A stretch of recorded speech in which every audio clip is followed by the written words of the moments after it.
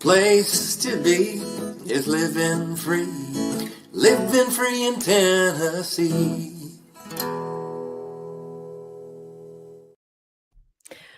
Welcome to Living Free in Tennessee, where we talk about building the life you choose on your terms. Today is Monday, September 29th, 2025, and this is episode 1086 of Living Free in Tennessee. And it's a Monday show.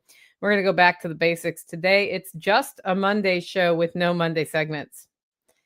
Remember these? These happened very, very many years ago. And that's because something was on my mind this weekend. And the thing that was on my mind was this: the answer to the question, what's the right thing to do? We keep seeing headline after headline after headline of things happening and people reacting and people getting mad for people reacting and people getting mad at the people who get mad at the people who react and people getting mad at the people who get mad at the people who get mad. You see where this goes, right? So the question comes then, what should you do? What is the right thing to do when things happen? And that's what we'll talk about today. And it's a classic Nicole Freedom episode. That's what you're getting today. Before we do that, I want to talk about our featured event of today's show. Everything that's on my mind right now is Self-Reliance Festival related, which is this coming weekend. And if you haven't gotten your ticket yet, selfreliancefestival.com. But that's not the featured event of today's show. Nope. Today's featured event is the November 13, 15? I should know the answer to that question. Anyway, we have a farm to table dinner happening at the Holler Hub at Base Camp Lodge in November. And here's how this is going down. We do know what some of the food is, and we do know how some of the forage we're probably building into it, but it's going to be a really cool experience. And it is Saturday, November 15th. Dinner starts at 5:30 with sort of like, get in, meet and greet sort of thing. And then we serve, and I'm hoping it'll wrap up by like 8:30. So you're not like driving super late at night. It's in Lancaster, Tennessee. Dinner's $125, and we have an optional wild edible walk before dinner. So that means arrive early if you want to go on that. We will have already foraged for the meal before then, but the forage is getting folded into the meal. Now, after I've been looking at the farm contacts we have, I'm pretty sure there's going to be chicken from Hofgrid Meat Company, although I haven't confirmed that with Emily, but she's probably listening to this going, yeah, Nicole, that's fine. Because she was the one who said we should do a farm to table dinner. If not, we will work with her on sourcing some meat from her. I've got lamb chops, and I believe they're going to be worked into an appetizer. We might do some lamb shoulder roasts or some other things like that as part of the main course. We're going to be building in vegetables that we source locally and forage. And I'm pretty sure Jerusalem artichokes are on the agenda. And I haven't found a lettuce source yet, so let me know. Otherwise, I'm growing the lettuce, which is totally fine, right? And then we're going to make some of our own cheeses to serve at the farm to table dinner, among other things. There's potatoes, there's all sorts of stuff. I've sourced some butternut squash for a butternut squash app. And then we're going to do like a farmer's like platter app as well. It's going to be pretty cool. I know that Caney Fork Farm has some cured meats that are delicious. And I always have fun shopping around looking for what we can source here locally. And if not, I know how to cure meats. Just saying. Anyway, that is a bring your own wine event. So if you want something like alcoholic to drink, you're welcome to bring it. I didn't want to include it as part of the experience just because that puts us in a weird position with, the people with the permity things. So Chef Brett's going to be cooking that meal. We're going to serve it here at the Base Camp Lodge on November 15. That's a Saturday, 5:30 p.m. You can get your tickets at livingfreeintennessee.com. I also have two sponsors to thank today. And the first sponsor is Strong Roots Resources. That's right. Carrie Brown from Strong Roots Resources has been providing permaculture consulting for folks for a long time. And I hate calling it permaculture consulting. It's basically, it is, right? It's regenerative practices. He's very good at figuring out how one system feeds another for you after talking to you about your goals and, how much time you're willing to put in on your food forest, for example, that sort of thing. But he's really made a name for himself in the wild edible arena too. And something he has done for people is geolocate on their property some of the different wild edible plants that are there, or herbal plants that they can use. So check him out and what he has to offer, strongrootsresources.com. They also do events, and he is going to be doing the wild edible walk before the farm to table dinner. So, that's a good pairing there, right? Our second sponsor of today's show is somebody you can see at Self-Reliance Festival this weekend, and that's John Pugliano of the Wealth Studying Podcast. John is a great guy, and he has been, he's been personally advising me just as a friend for a long time since I met him, because when I first met him, it was like, I can't really, I listen to your podcast, which is awesome, the Wealth Studying Podcast, and I'm learning about investing, but I don't have money to invest. What do I do? He's like, oh, we need to have more like the father-daughter talk. Not that he sees me as his daughter, but that's sort of the role we're talking about. And he really gave me some great advice on how to be more financially savvy, just where I was at that moment. And that's the cool thing about John. He can meet you where you are in any discussion, whether it be about investments and advising or ham radio. And that's what he's doing this weekend at Self-Reliance Festival, right? It's ham radio. But his podcast covers how he's making investment decisions, as well as other reactions to geopolitical things that are going on, which is very rare. Sometimes he'll tell stories about what it was like growing up in Pennsylvania. It's mostly it's around finance and advising, and like how he's making decisions. He's not actually advising on the podcast. He's just saying, this is how I'm investing. And he shares it transparently. So you don't have to necessarily hire somebody like John or hire John himself.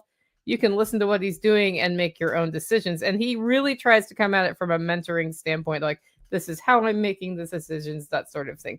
So I love John's work. I love that podcast. They are usually about 15 minutes long. Check that out at investablewealth.com. Click on podcast to get his podcast, or just use any podcatcher and type the Wealth Studying and like homesteading, wealth studying podcast, and you will totally find it. So now you may be wondering, what does a classic Nicole Freedom episode look like? We're not doing Tales from the Prepper Pantry. We're not doing Margot's Frugality Tip. I'm not talking to you about Operation Independence today because I have a bee in my bonnet. And you can blame our friend who sent me the email about having dark thoughts last week on this one that I did the video about on YouTube. That's part of it. Part of it is just a realization I had at church on Sunday. And then I left church, and another church was being shot up after somebody used an assault vehicle. I use that term, kind of lightly. But really, if you think about how that went down, it was like that part of the attack was related to the car crash right into it. So I made the mistake of looking at Twitter this morning, and I don't usually do that. And wow, just wow. So we're going to talk about what should you do? What is a good response? What is a righteous response? What is the kind of response that a balanced person might do to things like this that happen? Because lines are already drawn this week again. So it happened again, right? I mean, somebody shot up a church on Sunday while people were at church on Sunday. What should be a peaceful gathering of people became very unpeaceful for them. And the immediate response on social networks can be defined as follows: keep churches and that church and those impacted by this incident in your prayers. That's something I saw a lot of. 2, this is why we need gun control. 3, look, a Christian white male targeted other Christians. 4, this is my favorite, Mormons aren't really Christians. Those are the 4 reactions primarily I saw. There were other reactions, but that's what the talking back and forth has been. And what followed was then a flurry of harried reporting from news organizations trying to be the first to report on what's really going on, the discovery of some actual verifiable details from the shooting, and the most politically extreme leftists in my feed. I'm talking about my feed. These are people who follow me, who I follow, that sort of thing. Accusing those on the right of not being decent people because they're not canonizing this situation the same way that they responded to the Charlie Kirk assassination. Like literally out of the chute, I saw that. Also in play are what I like to call butt posts. Now you may be wondering, what's a butt post? A butt post is what I didn't do when Charlie Kirk was assassinated. And it's things like this. This should never happen in the United States, but blah, blah, blah, blah, blah. Insert a disclaimer about Mormons, guns, or anything else you see as potentially divisive or controversial into the rest of that statement of what you consider declaring your support. Apparently, we have, as a society, have learned that it's okay to butt people. And we have learned nothing in the last 2 weeks about rushing to be the first to present what we think really happened in a situation, right? To build our political agenda into a tragedy and to move conversations away from sympathy for those who are impacted by a crisis to angrily debating the details of the assault by car and gun, the supposed intentions of the person who did the act, who is deceased, by the way, and cannot be asked to verify motivation, like motive at this point, and other completely unrelated things, such as if LDS are or are not Christians. That's where we're at. We've learned nothing from Charlie Kirk. We've learned nothing from anything that happened before. We've lost the plot. But statements are not supportive statements. But statements negate what you said before the but. That's what they do. They put a caveat in there. And but statements are not what we should be striving for as what I would say is the right thing to do.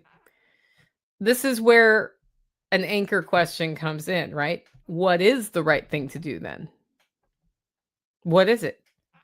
When we rush into the outrage cycle, we stop seeing people as people. And this happens on all sides.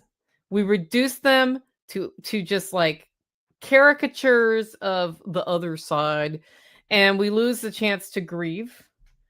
We lose the chance to stand beside somebody in solidarity when maybe we don't agree with them completely, but it's time to stand up. And worse than that, every time we take the bait of the anger and the argument, we strengthen the very machine that thrives on anger and division, which is, when you look at who we are, not a machine that's serving any of us, no matter what our opinions are. And the question is one that many may ask themselves, right? It's like, why the division? Why is this happening? And why is the evil happening? That's what's going on when people see this. It's like, what's happening with why is this darkness here? They see these reactions and they get really disheartened. Like my friend who emailed me last week, they feel like they should do something when they see that, because something horrible has happened. Then you see evil, darkness, fighting, nastiness, mean people. And you're like, I'm not sure what to say, but I should do something, right? And then they just throw their hands up. Because what are you supposed to do? How are you supposed to act after a tragedy? You know, we had the flooding last year right before Self-Reliance Festival, and I found myself the Saturday before Self-Reliance Festival going, how can we get supplies to people who just lost everything, including their loved ones, to unprecedented flooding in the mountains where you aren't expecting flooding because mountains are tall, right? I know mountains have valleys in them. Valleys fill up. I get it. That was a much easier thing to react to without being divisive, by the way, than any of the things that have happened in the last few weeks. And this really makes sense if you think about it, right? Terrorism works when people see horrible things happen to other people, and then after seeing that, they don't want that to happen to them. They feel terrified to do the same thing for fear of retribution that could cause them to have the same negative outcome. And furthermore, we've been culturally pre-programmed to take Mead words very personally. You know, when I grew up, it was sticks and stones will break my bones, but words can never hurt me. That's what we were taught. It's kind of the other way now. We've been culturally programmed that no is not no. That's an interesting one.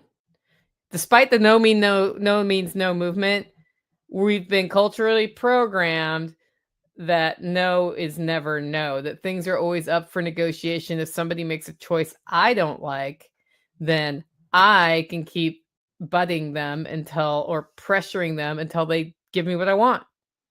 We've been culturally programmed that we might get canceled, beaten, fired, doxxed, and now shot if we don't placate the other side. And that's why we make but statements when we're reacting to something online. That's literally it. Because, they can point to what I said and I didn't say, but this is my actual opinion. And just because I support this thing doesn't mean I support all of the things over here, right? It's like a fear reaction. It's really interesting. So the problem, frame the word. And by the way, I'm not looking for who they is in this discussion. I'm just going to call them they. That's what's going to happen, because it actually doesn't matter who they are, in my opinion. It matters that this unhealthy, divisive, evil thing exists. That's what matters. It doesn't matter who they are exactly. You can spend years researching that and it gets you nowhere. But it gets you further to divide to just like cut them off, so to speak. So they frame the world as Democrat or Republican, Christian conservative or liberal, progressive or conservative, woke or fascist. There's never a third option. You ever notice that? There's never a third option or fourth. The extremes on each side call for grace and understanding when something happens and that seems divisive or awful, so that you can see the nuance behind it, especially if they're being criticized by people. But the minute the other side has something come up that's similar that might require some grace, they won't give it. Not picking a side is actually worse in this situation than picking one, by the way. It's literally binary programming. Ones and zeros. We're binarily programming our culture here when we do this. It's like this or that. If you believe this, then this is true about you. So you better not say you believe that, because then we're going to say you believe this, even if you don't really believe that at all, right? That's sort of how the whole narrative goes. It's true or it's false, and there's never any middle ground. And interestingly enough, what we see are the political extremes in all of the discussions, and we don't see what's happening in between those two extremes. And the sad part about that is the longer we allow the binary cultural coding to take place, the more that's becoming the norm. It's moving people to the extremes as opposed to acknowledging the reasoned center, right? You know, you've heard about the Overton window. The Overton window is if what's politically feasible is right here, the discussion about it on the right and the left, or freedom and not freedom side, is a little bit outside of either side. And if you want to move what's politically possible your direction, whichever side of that spectrum you're on, you go further and further and further and further to one side, and the Overton window moves, or it gets bigger, right? That's the Overton window. And that's partially what's going on here. We're seeing all the extremes, and then it makes things that we would normally not have been okay with suddenly okay. And the perception that we have is that everybody on the left thinks X, or everybody on the right thinks Y. So this is where it's time to get real, guys. Admit it. First thing to do is admit it. In the last month, admit that you saw something that made you mad, that the other side said, and felt compelled to defend it. Admit it. Haven't you? Like, did you see something after the Charlie Kirk assassination happened about the shooter being a white MAGA conservative Christian and want to defend that? Or prove that it wasn't true because actually he had a trans partner? Well, actually, once we start typing, well, actually, we are becoming part of the problem. Or perhaps you were on the other side of this, right?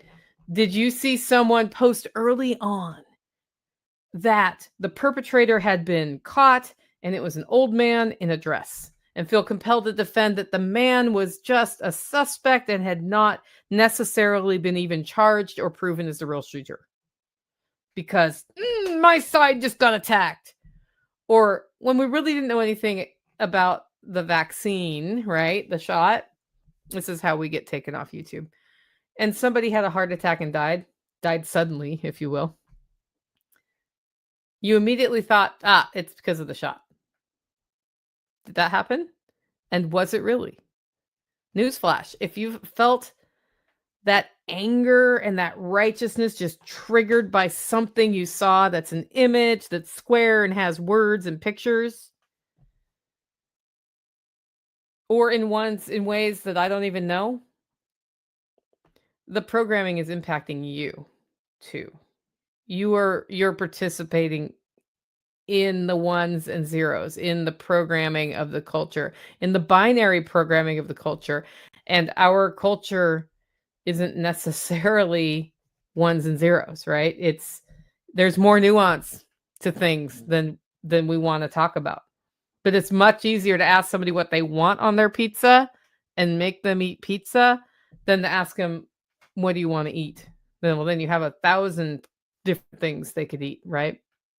So I'm not saying that it's wrong to feel anger when you see these things. Anger is actually an emotion that we have. It's there for a reason. Anger can protect us, right? Anger can give us energy to get through something hard. But I think it's up to each of us to learn how to use the motivation that anger creates to be the light in a situation, rather than hurl ourselves into a fight and an even darker place and bring other people with us into a darker place because something pissed us off. And we have now perceived that whatever it was that pissed us off to be like the biggest, most important problem in the entire world. Because it may or may not be, but us bringing people to the dark is not what we need to be doing. So something that occurred to me in all of this is those who must fall into either right or left team sports narrative positions like to set themselves up as people who are smart, critical thinkers. And I look at, people on Facebook and Twitter who I know some of them personally who are one team or the other. And they all come off as super smart. I'm a critical thinker. You really need to look at this narrative on the other side, but they never question the narrative that they're putting out. Isn't it interesting to watch them mindlessly repost and repeat their side's view, right? Meanwhile, the real critical thinkers are being called names, doxxed, and generally attacked by both sides. And if you think about this, and we talk about light and dark, right? Is it darker to become an automaton of a team and just puppet say what they say under the guise of being a critical thinker? Is that darkness or light? I think that's darkness. Or on the flip side, is it light to ask critical questions even though they're hard to ask? So taking this out of the political realm for a moment, I want to actually share a personal example of when I was unwilling to think critically about tomatoes. Because sometimes it's nice to go to the non-emotional space. And tomatoes, for most of us, not all of us, I'm sure, but for most of us, are not politically charged. So one day a friend of mine asked me why I didn't like tomatoes. And his perspective was that tomatoes are delicious. That was his opinion. And my answer was, I don't like how they taste. And he was confused by this because he had seen me eat spaghetti and salsa. And he said, well, but you eat those other things. Why don't you like tomatoes? Because you like those tomatoes. And then I explained that tomatoes in spaghetti sauce are delicious. And I liked tomato soup.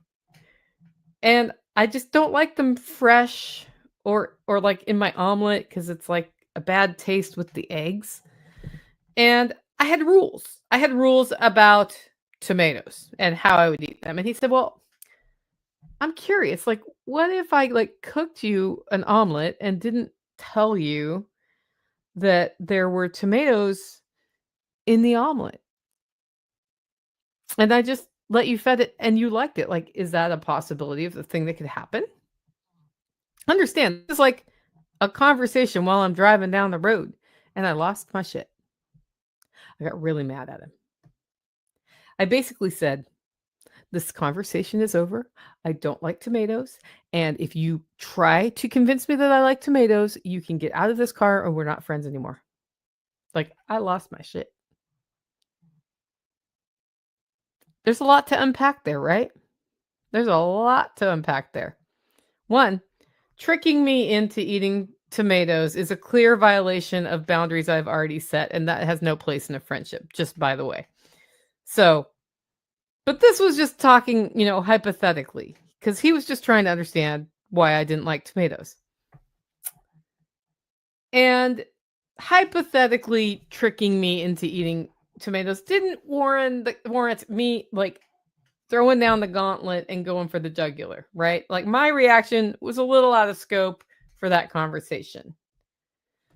But the reason I had that emotional of a response was that it was like a cognitive dissonance. It's like I like to be open and a critical thinker, but I was unwilling to be a critical thinker about my tomatoes, right?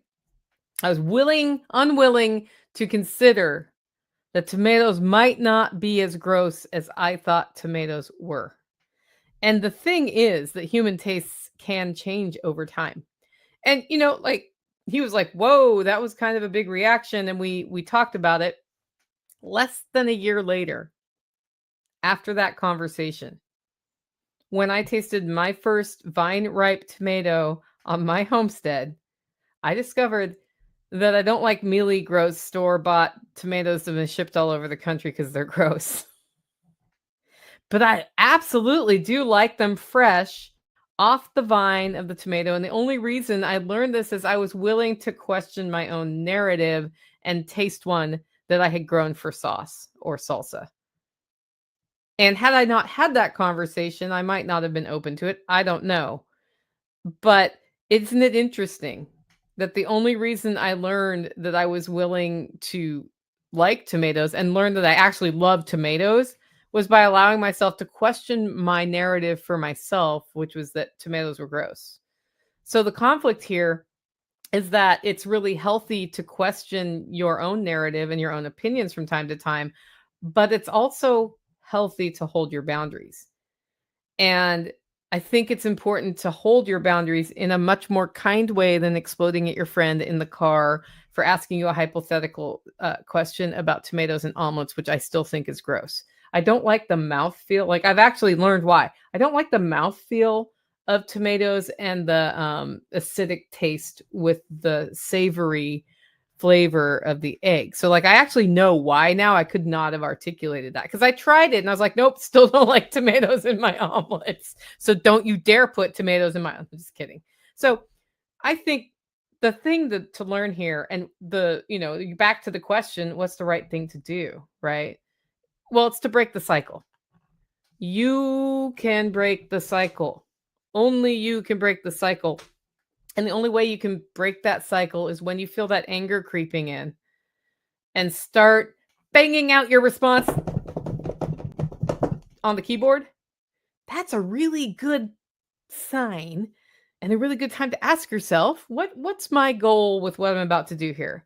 If it's to feel better by yelling at someone, stop. And if it's to share why you your opinion is right and justified and theirs is wrong, stop. If it's to win, stop.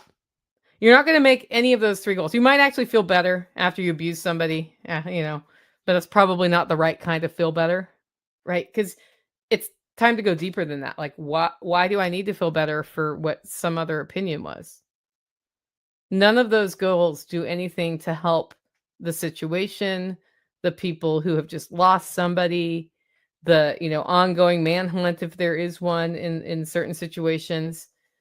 They don't help you navigate to what I think should be your best goal. And that's to support your truth, to be the light, and to do so without being mean. And I was thinking about this topic. I was going to talk about this topic today, and I did go to church on Sunday, and here's what the pastor said. He ended up talking about this, interestingly enough, not in relationship to anything I've talked about here. Like, we didn't know that there was a shooting going on at a church when this happened. He said, don't be silent, but don't be violent. And he's really good at rhyming. It's like he should have been a rapper. Maybe he was. I don't know. I don't know him that well. And it was in the context of, it's important to represent your truth. It's important to stand up for the truth. Like, if you listen to the musical Hamilton, there's the line that really stuck out to me is, if you'll stand for nothing, Burr, what will you fall for? And he was critiquing Aaron Burr, like sort of always going with the wind of what the politics were of the situation, because he wanted to turn it into something that furthered himself, right? That's actually a problem. If you don't know what your core values are, and if you don't know what the light position in a situation is, and you just take a stance,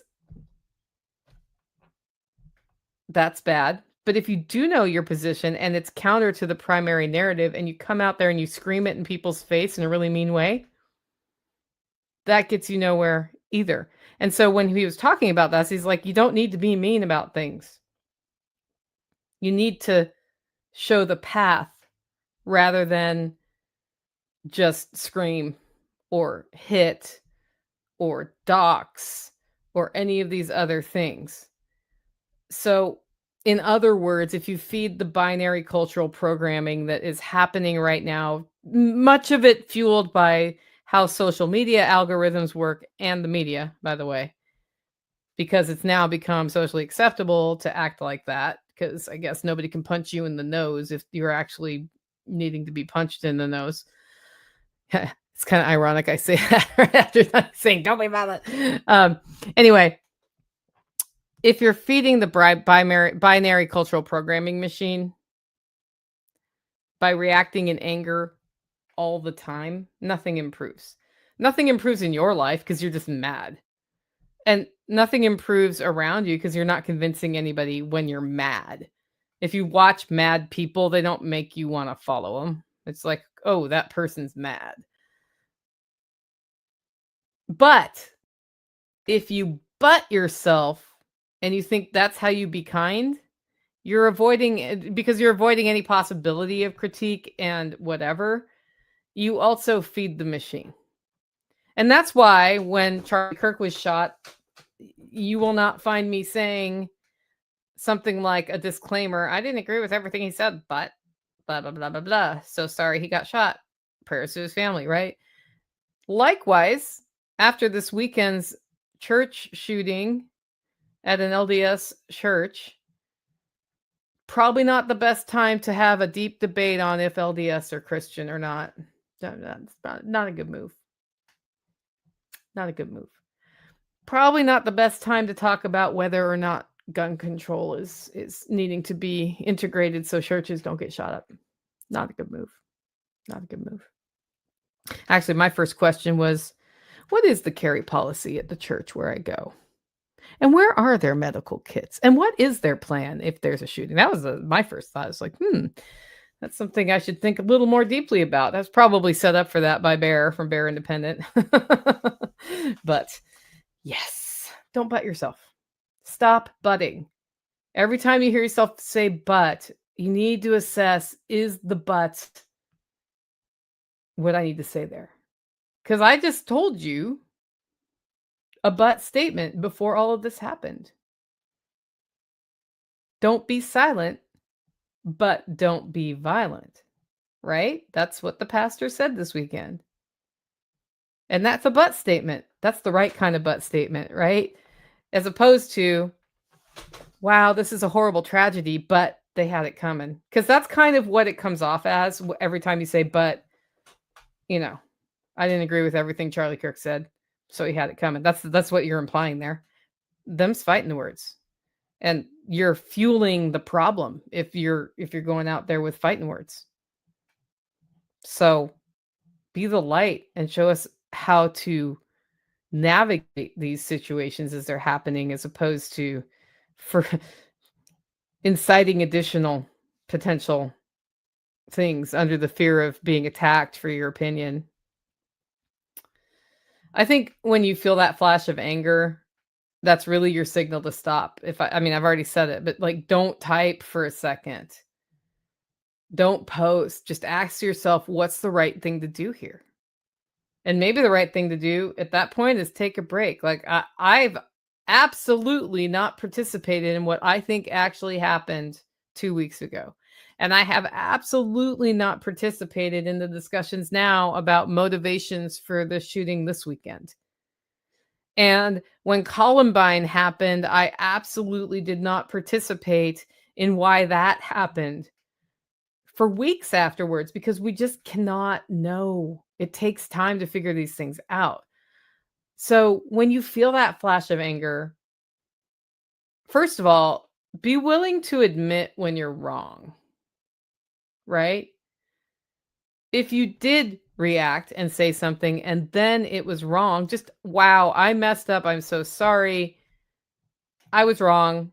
This is what I'm going to do to avoid that again. Especially if you fell for your side's narrative, right? I've seen a lot of people put their side's narrative up, defend it to the death, and then actually discover they're wrong and just delete it and not say anything. We all do it. We all make mistakes. Having a world where we understand that somebody that said something in anger and they've apologized and we can like have a discussion about that's actually where we'd rather be than where we are right now, right? And the only way for us to do that is one person at a time do that. So, I mean, I haven't yet met a person who hasn't at some point or another fallen for the narrative that happens. Really, I haven't. Have you? Just curious. Secondly, give crises time to develop before hopping in with your hot take. Really do it. Like, if you're talking among friends and you're observing something and trying to understand what's going on, that's one thing. But getting out there public with your hot take right away, rarely is your hot take right. It's like, unless you have certain backgrounds that most of us don't have, rarely is your hot take on these situations right. It's, I mean, the only hot take I can think of that works in a crisis like the shooting this weekend is asking questions like, how can I help?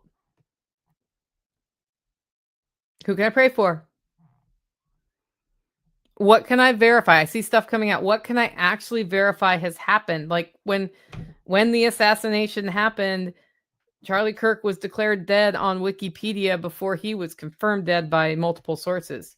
And he was probably already dead, but it takes time for that to all happen.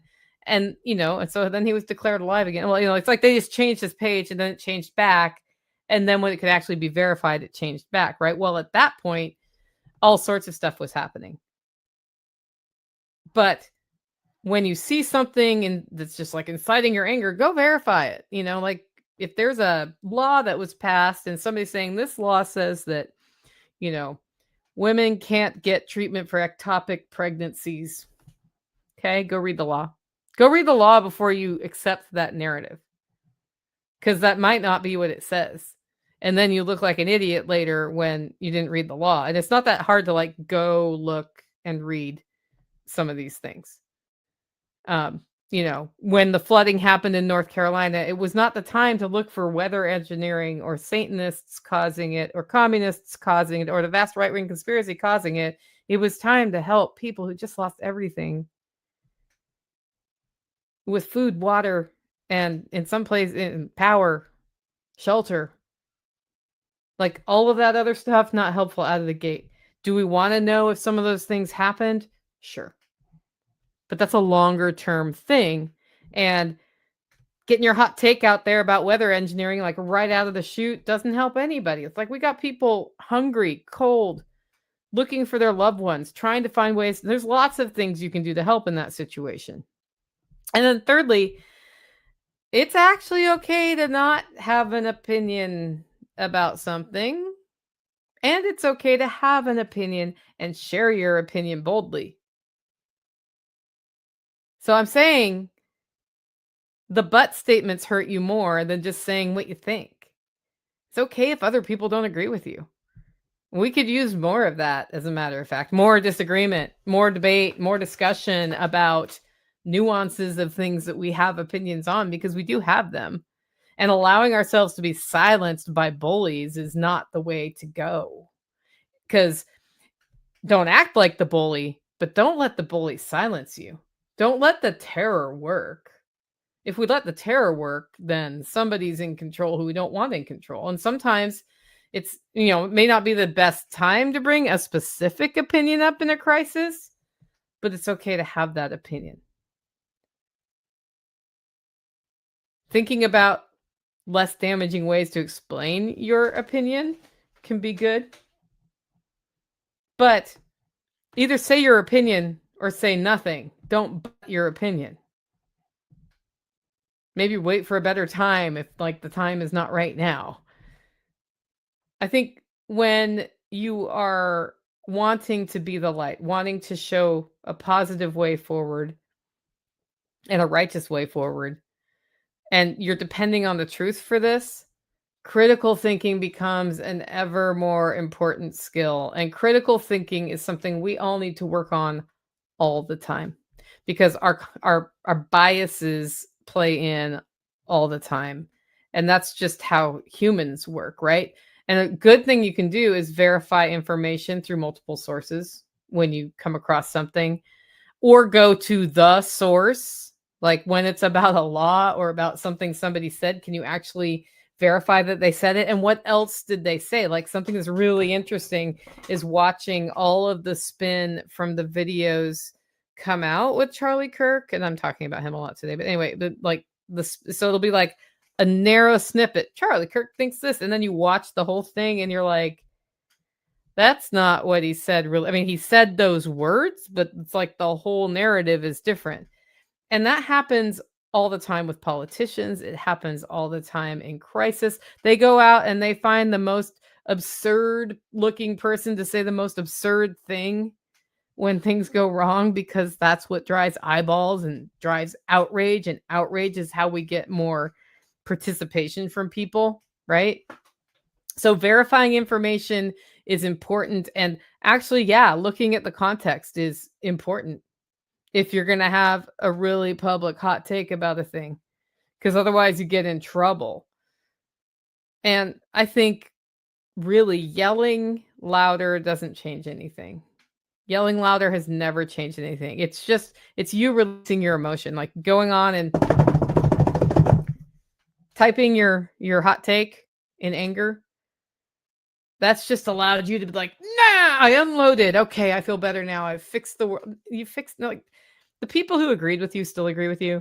And the people who don't agree with you don't agree with you. And I think every time you choose to pause and to hold back your hot take for just a minute and let the facts shake out and think about like asking yourself, what's the right thing to do here? Who can I help? How can I do something positive as part of this? You step out of the anger game. And I think that really matters more now than ever. It doesn't take everyone doing this, but just enough people not choosing not to play to change how the game happens. And I know a lot of people don't agree that that can be changed at this point. But do you want to be part of the problem or part of the solution? That's the question to ask yourself today. With that, if you like the show and want to support the work I do here, you can do it in 2 ways. 1, get your coffee at Hollow Roast. 2, consider becoming a member. Head over to Living Free in Tennessee to find out. livingfreeintennessee.com to find out more. With that, guys, go out